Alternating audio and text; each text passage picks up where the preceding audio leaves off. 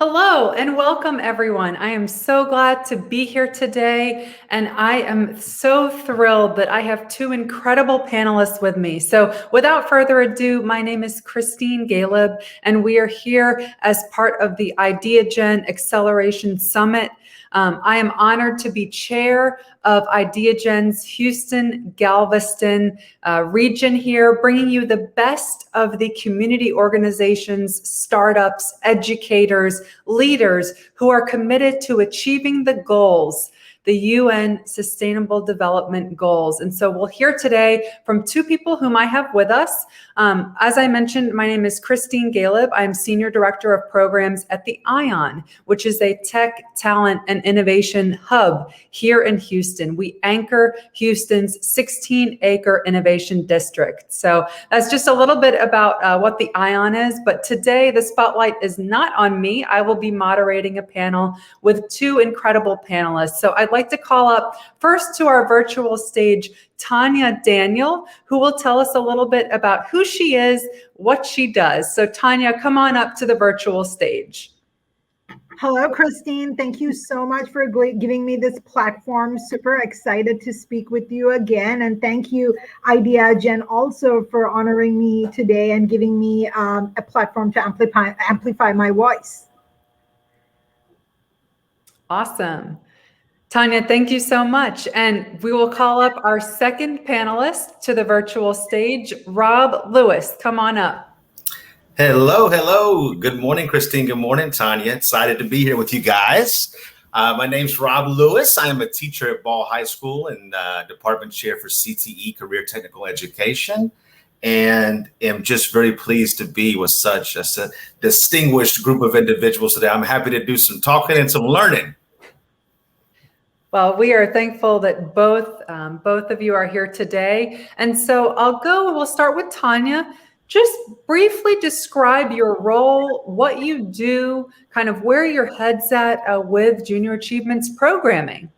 Absolutely, and thank you again. So I'm the Senior Director for Entrepreneurship Initiatives for my organization, Junior Achievement of Southeast Texas. Entrepreneurship is really our founding pillar, and I manage that and run our pioneering century-old entrepreneurship and work readiness program, which is called the JA Company Program. What the company program does is it empowers teenagers and high schoolers to establish their own startups while at school and also operating during a school year. And it's really placing the power in the hands of teenagers to find solutions to existing problems that plague our society and our community and, of course, the planet.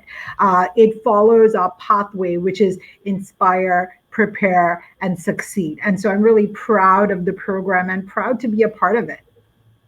I love that. And so many things you said stand out to me: inspire, prepare, these notions of entrepreneurial leadership, especially for our young people who are so blessed to have the teachers, the directors like yourself, and of course, like Rob. So Rob, come on up and maybe tell us a little bit about your work with what you do with your students.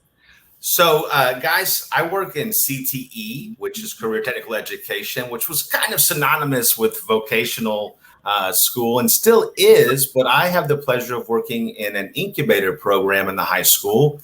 And it kind of builds upon what Tanya is succeeding in, and that is having children, young people that are working towards the goal of entrepreneurship, of solving a problem using critical thinking frameworks, and doing so in a collaborative group environment. So that's one aspect of what I'm working in.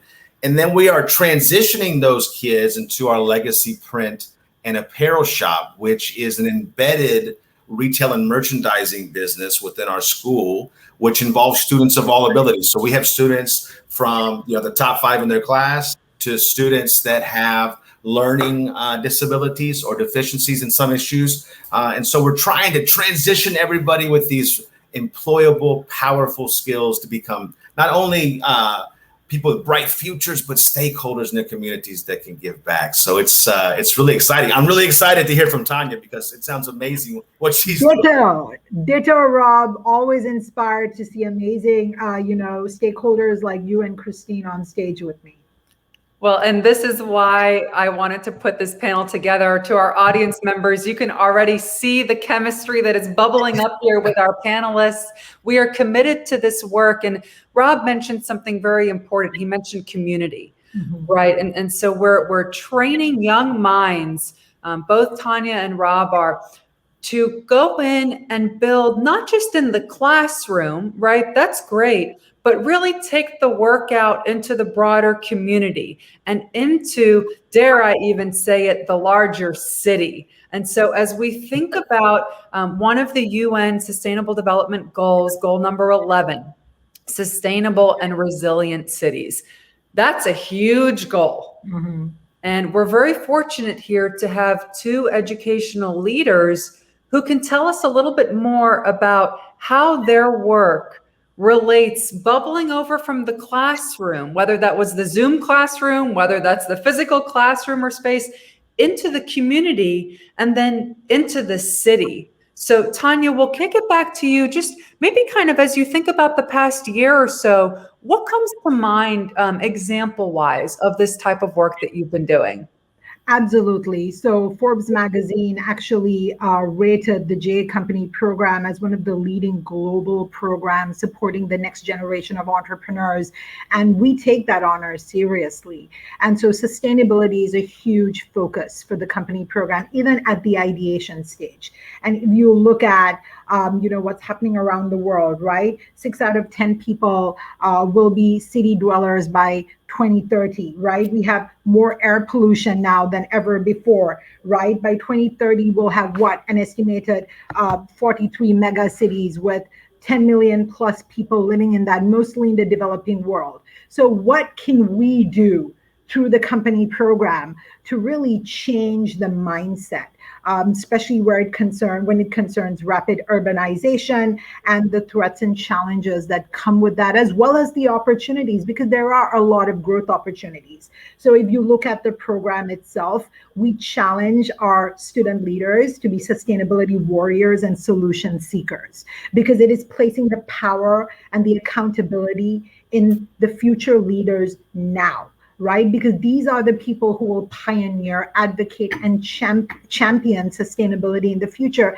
And there's no better time to start than now. So if you look at some of the initiatives we took and some of the startups that we built at high school level, right? Whether it was advocating for the declining bee population due to climate change, whether it was championing food sustainability and trying to figure out ways on how to preserve food better, and also look at the inequity in society and see how can we champion these causes so that everyone will have a fair meal on their plates in their homes, to also building edtech companies and platforms that will then go and help disadvantaged communities in the city. And we're actually extending that platform. We're trying to extend that platform to developing countries like Colombia as well through our startups. So from the ideation stage to actual execution and platform sharing, sustainability is a huge focus, especially when it comes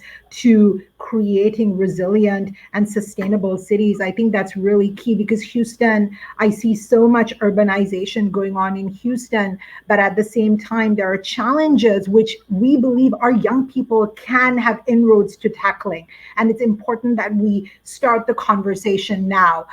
Next school year in 2021-22, we will tying technology innovation with sustainability, have innovation boot camps, expand our innovation challenge to really focus on the SDGs and especially focus on our city, because Houston is such a hub, a national hub for entrepreneurship, innovation, and tech innovation. And why not involve our future leaders in becoming solution seekers, right? I love that. And as we talk about Houston, we also want to spotlight Galveston, because there is such a strong innovation ecosystem there that Rob, and through his work, he has really been instrumental in embedding this foundation for incubation at the high school level in Galveston. So we'll kick it over to him and let him say a few words about the work that he is doing to build the sustainable and resilient cities in Galveston. I tell you, Tanya has me ready to go through a wall right now. I mean, it's inspiring what you're doing. And I think that we're trying to build upon that in that small scale of, you have the individual empowerment. A lot of times, that we're dealing with students that come from some disadvantages, but they also come from experiences that instill in them an ability to be resilient and to overcome. So for us particularly, it's about taking this young person, empowering them, rising up to these expectations and learning lessons that allow them to find value in their life. And I guess most importantly, and I love that idea what Tanya was speaking about, this is about problem solving. I mean, the future is in all of our hands, but particularly in the young, because they have an opportunity, an open perspective, they're an open book. And if we can give them those tool sets and those skills to help them think, to help them collaborate, to resolve conflict in a different way, and then to link that up into our community, into our stakeholders in our community. And, Galveston is a strangely urbane place. It's very diverse. It's only 50,000 people, but you have these tremendous organizations, Texas A&M Galveston, UTMB Galveston, the GEDP Galveston Economic Development Team, Incubate Galveston, Vision. I mean, I can go through the list. So there's just so much opportunity for us to connect. And what I think I want communities to understand, to be sustainable, the entire village, not to be too cliche, really has to come together and feel that ownership and understand the capability of these young learners, because they really have such potential, but it's yet unrealized. And so you have to build up, coaches and mentorships and organizations that want to be supportive, not only financially, but I think most importantly, if you want sustainability, you need the investment of time and ideas, and you need to listen.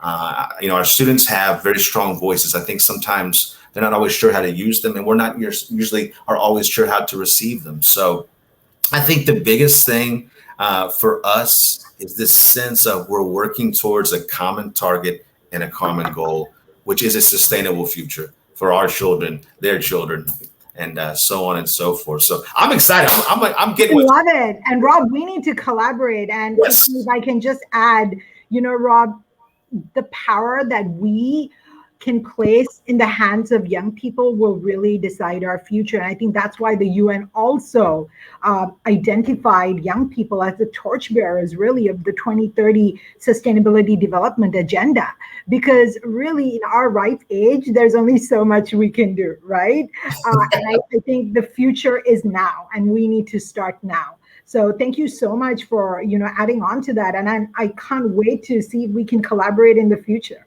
Absolutely. I don't think there's any doubt. I am super excited. And both of you are saying such very important themes about collaboration and sustainability. And something that kind of comes to mind is integrative bargaining, right? Where when you enter into some type of situation, most people think, well, it's a zero-sum game. I win, you lose. You win, I lose. Where integrative bargaining comes in is we take this infinite mindset building approach and we say, and young people are really good at this, right? They love collaborating. And we joke all the time, they're the generation that was born with the iPhone, raised on social media. Those skills can be leveraged for good.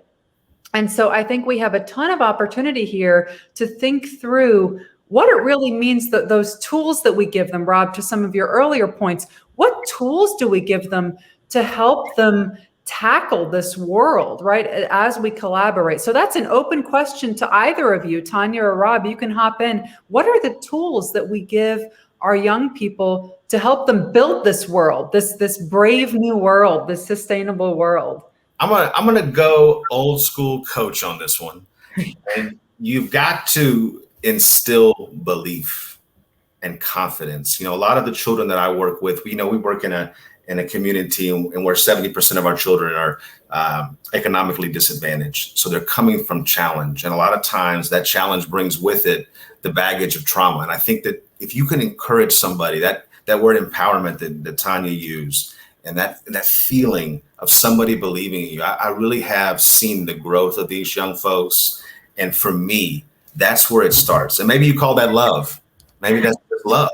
But it really is a sensation that somebody cares for you, to build up that relational capacity, that trust, that confidence, that belief, that you're behind them. You're behind them even more when they fail than when they succeed, because it's failure that's the great teacher. And so I think that's, for me, is I really just want our students, that comes from working with, students that are gifted to students that are very differently abled, and to see them realize that potential. It takes somebody, a mentor, a coach, a loved one, somebody in the life to instill a sense of confidence and belief, and that failure is something to be cherished and not, just tossed to the side. So that's me.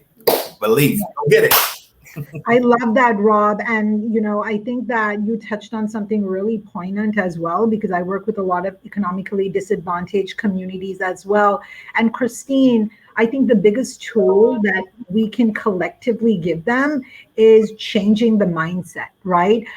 When I took over this role in 2019, I actually read a Body Shop survey that was published, where almost 44% of young people hadn't even heard of sustainability, or had rarely heard of sustainability in their classrooms. And to me, I think introducing a culture, a really robust, sustainability-centric culture, will be the best tool that we can give them, because it will open up so much potential in them to be fearless in seeking those solutions that we want for the future, right? And I think Rob is already doing that with his cohorts in Galveston, and I applaud you and bow down to you, Rob, for that. And if you look at some of the J global territories, because the company program is a global program, right? And if you look at our offices in Hong Kong that are already pioneering smart cities in the Kowloon East area through the J company program and through School Challenge projects, which is actually a 4-month-long STEM project, they already have that template. And so how can we, Rob, Christian, how can we together as a collective provide these tools and resources? Because providing them these free resources, this coaching that Rob was talking about, helping change their mindset, introducing an entrepreneurial mindset, and a mindset that thinks strategically and critically, I think will be pivotal in realizing the SDGs, especially SDG 11. I love that. And Tanya, you're calling all of us, our viewers, our audience members, our listeners, to be even more aware of our own entrepreneurial mindsets as we model that for the younger generation. And so I want to shift gears a little bit, because in the work we do, this uncharted territory of really building the future, right? That comes with its own set of challenges. And so I'd love to hear a little bit more about the challenges that both of you, and Rob, will put you on the hook first, both of you have encountered in doing this work. And most importantly, how have you overcome them, right? We always kind of run into maybe the naysayer or the unexpected outcome or kind of the barrier in our journey. But you two are not only powerhouses in the classroom, but leaders in the community. So I know you've overcome challenges. So let's hear a little bit more about them.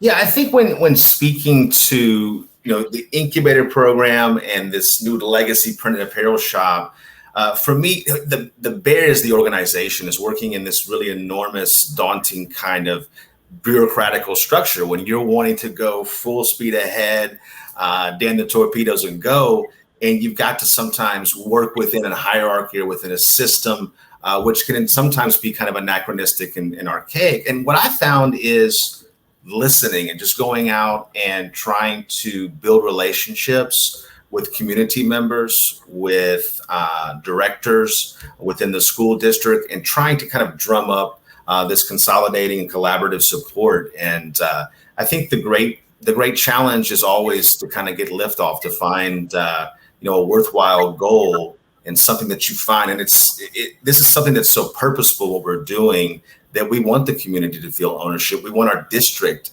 and our other teachers to feel ownership with it and to feel connected. And so I think for us, and I say us because it's such a team effort, that we've had to grow. We've had to fall flat on our face and pick each other up, and always looking for that positive light. But for me, is that art of communicating and listening to people's needs and understanding what their strengths are and what they bring to a situation. And then that togetherness, that unity of goal and purpose, overcoming some difficult challenges. So, that's how I see it. We have an island mentality. This is a place where you have to be resilient because you're battling the sea, and hopefully, you're batting the hatches and you're ready to rock and roll. So I think for us, and for me personally, it's that idea of it's once again, if you want to overcome, it's relationship building. It's the grit of fighting for the same purpose and pushing forward, because you have to do that in education.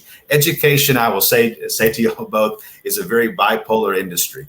You can have a great day one day, and then the next day you feel like you've really not done the job that you've wanted to do. But I have to say that this project that we're working on, the great kind of satisfaction and what helps you meet the challenge is to see people when they light up and they see that every child will be valued. They see that you have a goal that is going to create a sustainable community that can grow leaders that can not only change our locality, but our world. And I think, so for me, communication is key. Oh my God, don't you want Rob to be your coach? Like, I want to hire, if I was a multimillionaire, I would hire Rob as my coach, like, for sure. But, in the interest of time, just piggyback right on that as well. Christine, I think for me, the biggest challenge has been changing mindsets, right? When you work with teenagers and high schoolers, it's really about making it relatable to them, right? So it's not that, the SDGs are part of a supranational body's rules and regulations. No. How can we tie those thematic issues to your everyday life? So it's not like deforestation and the loss of wildlife. How does that impact you? How does it trickle down to you? How does rapid urbanization trickle down to affect and challenge your day-to-day life and your parents' day-to-day life? And I think that's why we've seen our startups really think like social entrepreneurs, right? And in fact, a big shout out to the Social Entrepreneurship Learning Lab at UT that was founded by one of the J Company program former CEOs, because we really invested that time in them when they were doing the program. And I think for me, it has paid dividends now, because when you look at some of our startups, whether it's selling plantable seed paper cards that you can then plant in the balcony of an apartment complex, or in a little tiny garden that you have in the urban community, and still support your community. I think we're seeing those dividends right now because we invested time in changing that mindset and making those SDGs relatable, which I think is so important. And quickly, I think my second challenge is really, it took a lot of time to establish some really amazing collaborations. And I think that there's a long road ahead because only with these collaborations can we create this amazing social template, right? For our students to contribute towards pioneering Houston as a smart city. And hint, hint, I cannot think of a better partner than the ION Smart and Resilient Cities Accelerator to partner in the future and really contribute towards turning Houston into a smart city. So, well, this is why, just listening to both of you, the power of the collective, the power of the partnerships. And Tanya, something you said really resonates with me, bringing that down to the individual level, right? I think sometimes people see these big goals, and Rob, you're a teacher, you get this, you've got that big goal at the end of the year, but we've got to break it down to the minute by minute.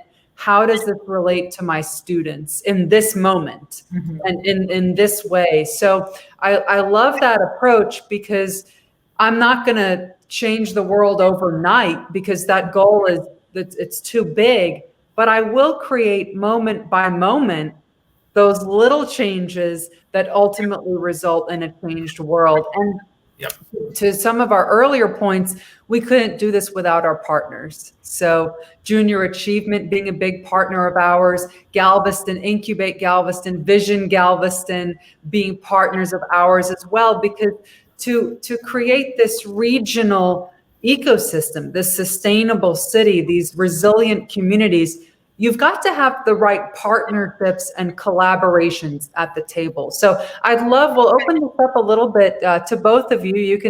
We'll start with Rob here, but what makes a good partner? What is the role of partnerships in creating and achieving these initiatives to help meet SDG number 11, sustainable and resilient cities? I think that, firstly, you've got to have, a sense of commitment. We meet a lot of people and a lot of groups that say, well, we want to get involved in this. And it seems to go kind of by the wayside from time to time. So a good partner is somebody that's going to hold you to account, and there's an accountability between you that I think is more than just an investment of money, but it's an investment of skills, of quality that uplift a goal or a purpose. It's kind of, I'm going back to the old school, once again, synonymous with coaching, but you might have you've got a soccer team, which I coached for many years, and you might have 11 players, but you need one team. So you've got to know where your role is, how you fit into this collective and this collaboration, and how can you lift it to the next level. So for me, I think that's interpreting and understanding, how we can best benefit mutually and grow together, and then having that accountability in the relationship, which is clearly built on trust. So that's how I see it. Rob, you're so inspiring, like truly. And I have very similar, opinions on this. I do believe that multi-sector partnership and alliances, because we're truly an alliance, right? We're working towards a greater good, a greater cause. I think that is the only way that we can realize these lofty, SDGs, because they are lofty and they're ambitious, and they are so for a reason, because it will make the planet a better place to live in. And I think that when it's a win-win, because we're working together towards a shared vision, right? And shared values, because we do think similarly and we do have similar visions. I think that we can capitalize incredible growth opportunities and create long-lasting social impact. And that's why collaboration is key, is because we will create a collective that will then work together to achieve these lofty ambitions. And I think that there is always power in the collective, as opposed to a lonely individual taking small steps, which is always great. We want to encourage those individual contributions, but I think together we can achieve so much. And collaboration is the soul of the J Company program. We would not be here if not for our mighty collaborations and our partners really lifting us up, because we truly stand on the shoulder of giants, and that's the only way we can work towards greater good. So I could listen to both of you all day, because I'm ready to go. I'm like, how do I get involved? What can I know, right? Let's go plant some trees right now. You guys, you both, Tanya and Rob, are the change makers. And more than that, you're the change inspirers, right? So you heard it here first, change inspirers, because you are cultivating that mindset for the younger generation. So just a few more questions, because I know we're coming up on the half-hour mark. But if you could take all of your experience and all of your kind of great nuggets of wisdom, what advice would you give for others who are doing this work? Maybe that's advice directly for a young person. Maybe that's advice for a young at heart person. Maybe that's advice even for a city leader, someone who is looking, to take those next steps. So Tanya, we'll start with you. Rob, you can take a moment out of the hot seat this time. Love it. Excited to hear. But no, for me, life is full of challenges, right? Whether it's related to your personal life or your professional life. And I'm extremely goal oriented. And that's something when I have my kickoff with my students at the start of every academic year, I tell them have monthly goals and have a hardcore year-end goal that you want to achieve. And even when you fail, it's okay, because start working slowly and gradually towards realizing those goals. And it could be a 1 step forward, 2 steps backward situation, but don't waver. Because when you have unwavering dedication towards realizing your goals, you will get there. And I think other people who watch you will feel empowered and inspired, knowing that you have not given up. And my other important lesson that I want everyone to know, and I've told this to my students as well, share knowledge, share your best practices, share your case studies. I have personally learned so much from JUSA, our national head office, and J Worldwide, our global head office. I've learned so much from J Europe, who are our partners because they've pioneered innovation and sustainability. And I've kind of learned and I've been inspired by them. And without them, I don't think we would have seen the company program in Houston have the kind of growth curve that it has. And so please share knowledge freely. I've learned so much from you, Christine. I look forward to learning so much from Rob. And I feel, again, this taps into that collective. We are achieving things together by learning from one another. And so stay focused, have unwavering dedication. Don't let those sad blue Mondays get you down, and share knowledge freely. That's, I mean, I get inspired when I hear Tanya. I mean, I just kind of want, like, if I'm having a bad day, I'm calling you up because I need some life because that is spot on.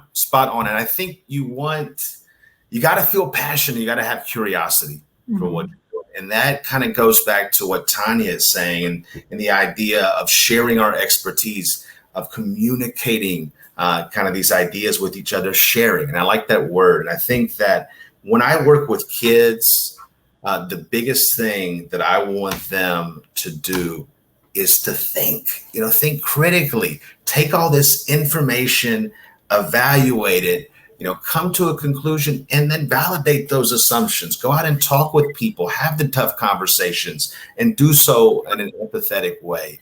And, you're going to, as I heard Tanya say, there's going to be so many challenges in your life. Those obstacles are there just to confirm how powerful you are. And I say this, big things have small beginnings. It's the little things that matter. It's like when my dad would check my room, we had to clean our rooms. Of course, I'm stuffing everything in the closet, which he already knows, but he's checking the corners. The corners matter. The little things matter to complete the job. And if you want, and if you aspire and you have that desire, that stick-to-itness, that grit, it's possible, but it ain't going to be easy. And so, just keep pushing forward, whether it be a millimeter or an inch each day, and finding that reason, that passion to keep going forward. And when you do that, there's anything you can accomplish, and I have no doubt of it. And I feel like I want to call on one last point that Tanya had said, changing the mindset. My mindset changed today. I mean, it's feeling passionate in a way that it hadn't felt, from a different perspective. And so inspired. So feel inspired. That's what you should do. I love it. There are no blue Mondays here ever. So to all of our listeners, to all of our viewers, if you need inspiration, I will not share the contact information for Tanya and Rob because their phones will be blowing up because they are such inspirational people. You can find them on LinkedIn. I'll give you a hint there. But as we close up our time together, if we could just get one call to action from Tanya and Rob, what's the one nugget, the 6 words, the one sentence that you want to leave our viewers with today? I would say I'm going to leave it at this, and this is speaking particularly to schools. Do not be afraid to be involved. Reach out, change a young person's life, because the effect is going to be something that we really just can't understand because it's awesome. So that's my advice. Be involved. Take small steps, whether it is cutting down on your plastic consumption, supporting your local beekeeper. Take small steps. And if you can't take those individual small steps on your own, support companies and small businesses that do, especially small businesses like Fang Maharani that are creating sustainable, jewelry, 80% of it from recycled brass, empowering local communities in India to create these artisanal products. Support small businesses like that. They also use minority communities and marginalized groups in their marketing and ad campaigns. Support small businesses and companies like that, even if you are finding it hard to take those individual small steps. And together we can achieve so much. I love that. I will close this out with those powerful calls to action. I will close this out just by saying, if you are in the Houston-Galveston area, please do come and find us. We are here at the Ion. We are here in Houston and Galveston. The 2 cities are connected by 45 45 the highway in just about 45 minutes. We are here for you. So come and find us because all three of us are ready to help you take your next steps, whether you are a young person or a young at heart person. So thank you all for your time. Again, my name is Christine Galeb. I'm the Senior Director of Programs at the ION, and I am so fortunate to serve as the chair for Ideagen Houston-Galveston region. Thank you all and see you later. Thank you. Big shout out to the ION. Party. I love it.